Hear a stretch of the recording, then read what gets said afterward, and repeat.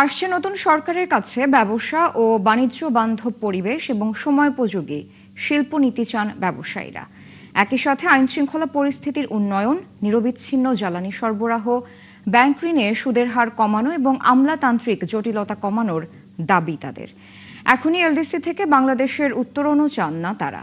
জাহিদুল ইসলামের প্রতিবেদন।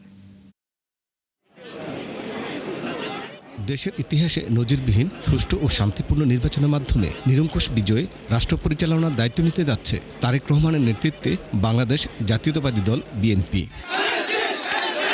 দলটির এই বিজয় অভিনন্দন জানিয়ে ব্যবসায়ীরা বলছেন, বিএনপির প্রতি মানুষের প্রত্যাশা বেড়েছে। জনাব তারেক রহমানের সাথে আমরা ইতিপূর্বে বসেছি, কথা বলেছি এবং আমাদের প্রত্যাশা হচ্ছে এই নির্বাচিত সরকার খুব দ্রুত বসে সময়োপযোগী পলিসি নিয়ে অপটিক্যাল ব্রাইটেনার, কালার গার্ড এবং ডার্ট লক সমৃদ্ধ অ্যাডভান্স ফর্মুলায় এলো নতুন রে ডিটারজেন্ট পাউডার। এই যে স্থবির অবস্থা, বিনিয়োগ, এই জায়গাগুলিতে কিভাবে পলিসিগত সাপোর্ট দিয়ে আকৃষ্ট করা যায় সেই কাজটা ওনারা করবেন। নতুন জ্বালানি নীতির পাশাপাশি আইনশৃঙ্খলা পরিস্থিতির উন্নয়ন এবং ব্যাংক ঋণের সুদের হার কমানোর তাগিদ দিয়েছেন শিল্প মালিকরা। একটা সুন্দর একটা ইলেকশন এবার দেখতে পেলাম, সবার মধ্যে একটা আশার সঞ্চার হয়েছে।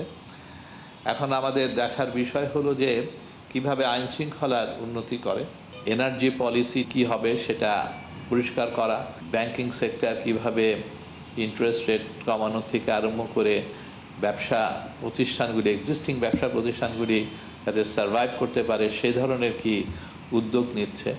ব্যবসায়ী নেতারা বলছেন, সরকারের মন্ত্রিসভায় যোগ্য ব্যক্তিদের জায়গা দিতে হবে। এখনই এলডিসি থেকে উত্তরণও চান না তারা। ব্যাংক, কাস্টমস, পোর্ট, যেই দুর্বলতাগুলো সেগুলোকে চিহ্নিত করে যে জায়গাগুলোতে আমাদের কাজ করা দরকার সেই কাজগুলো যদি করে তাহলে ব্যবসা বৃদ্ধি করা খুবই সম্ভব। আমরা এই মুহূর্তে গ্রাজুয়েট হতে চাই না, কারণ আমরা প্রথমত ইনফ্রাস্ট্রাকচার ওয়েতে আমরা রেডি না, দ্বিতীয়ত হলো পলিসিগত বলেন, সাপোর্টিভ বলেন, সব কোনোভাবে আমরা এলডিসির জন্য রেডি না। বস্ত্রশিল্প মালিকদের সংগঠন বিটিএমই বলছে, শিল্প খাতে নিরবচ্ছিন্ন জ্বালানি প্রাপ্তি নিশ্চিত করতে হবে। জ্বালানি নিরাপত্তা, জ্বালানি আনইন্টারপ্টেড যাতে আমরা গ্যাস পাই, বিদ্যুৎ পাই, সেই ব্যবস্থা যাতে ওনারা প্রথম দিন থেকে নেয়, সেখানে যাতে একদিনও সময় যাতে নষ্ট না হয়। দেশের অর্থনীতি শক্তিশালী করতে নতুন সরকার ব্যবসা ও বিনিয়োগ বান্ধব সিদ্ধান্ত নেবে বলেও প্রত্যাশা তাদের। জাহিদুল ইসলাম, ৭১, ঢাকা।